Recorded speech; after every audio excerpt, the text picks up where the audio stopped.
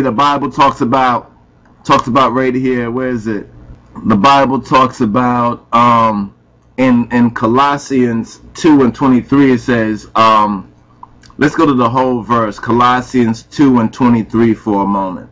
And this is what ones and ones want you. Just humble thyself, humble thyself. How can we humble ourselves to ones who say that His Imperial Majesty is our God and King of Kings, and yet they contradict what His Imperial Majesty teaches? What His Imperial Majesty clearly, simply, you understand, reveals to us about keeping the 10 Commandments. His Imperial Majesty is the one who says that the Bible is our rallying point. His Imperial Majesty says that the Bible is our rallying point, not what this group say here, so-called mansion, or this house over here says, but it must all agree with what His Imperial Majesty teaches. Otherwise, there's problems. You understand? There's problems for those who are putting forward a false gospel or a false good news. And the word gospel and good news is used by His Imperial Majesty. So I don't know how come some so-called Rastas resist that unless they have been infected, you understand, and have become black devils themselves. You understand? That's why it says right here, it says, let no man beguile you. Don't let nobody beguile you in Colossians 2:18. Don't let no man fool you. You understand, of your reward. The reward that we have truly as Rastafari, not as abbreviation. You understand? Because if you only accept half the truth of His Imperial Majesty, you can only get half a reward at best, if that much. So let no man beguile you of your reward in a voluntary humility, a voluntary humble thy. Just humble thyself, humble. You understand what it means? Is they want to humiliate you. You know what I'm saying? That's the strategy of the devils. They want to deceive you, and then after you deceive, they wash your their hands of you. You understand? They wash their hands of you, and you're left as a deceiver. You said, but you told me this, you know, and they tricked you basically. So let no man beguile you of your reward in a voluntary humility and worshiping of angels, intruding into those things which he hath not seen. Those things which he hath not seen, those things that he doesn't even know. Vainly, the word says, puffed up. And it's interesting because the word uses this word puffed up in a few cases, as it does, I think, in what is it Titus or is it Timothy, where it talks about a novice, one who is a just come, should not be a bishop or something like that, or should not have authority within the congregation or within the mansion or within the gathering. You understand? You know, puffed up. And the word puffed up actually does mean and refers to smoke.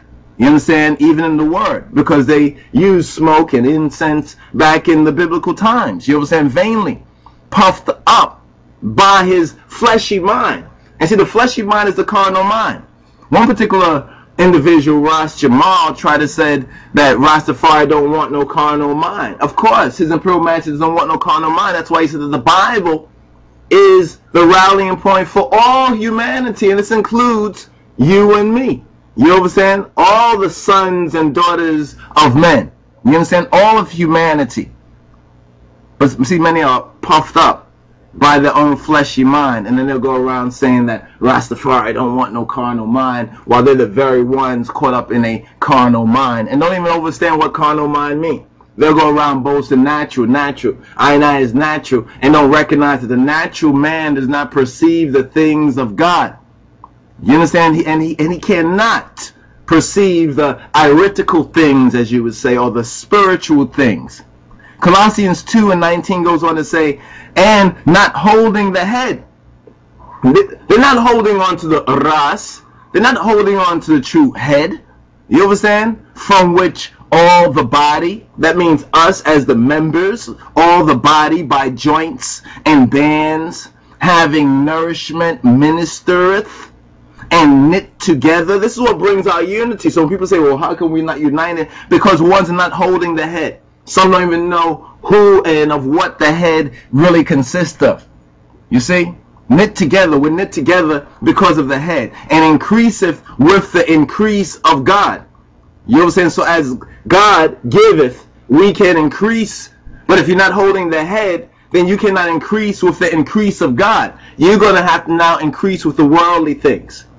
You understand? And trim your glory, as Jeremiah 2:33 says. You're to trim your glory to be loved by the world and worldliness.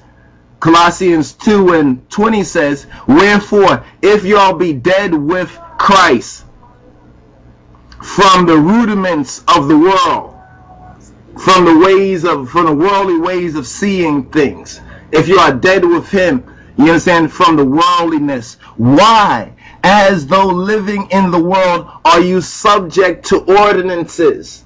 You understand? You're living in the world, Babylon, the world, and yet you're still subject to ordinances. And we could get into that, you know, the detail, because a lot of people misunderstand this right here, but it goes on to say in the 21st verse, touch not, taste not, handle not, which all are to perish with the using, after the commandments and doctrines of men. It's not speaking about the commandments in the Bible. See, a lot of people think when it says this right here, it's speaking about the law that's in the Bible, the law of God. The law of God is not the commandments and doctrines of men. There's a total difference right there. Verse 23, to conclude this chapter right here, says, which things have indeed a shew, or like a show of wisdom, in will worship, in what you will to worship. You understand? In what you will to worship, and humility, and neglecting of the body. Like I read somewhere on the internet, someone said that, yeah, Rastafaris take a vow of poverty or something like that. Who says these things? Who says these things? Who says these things? Who says these things?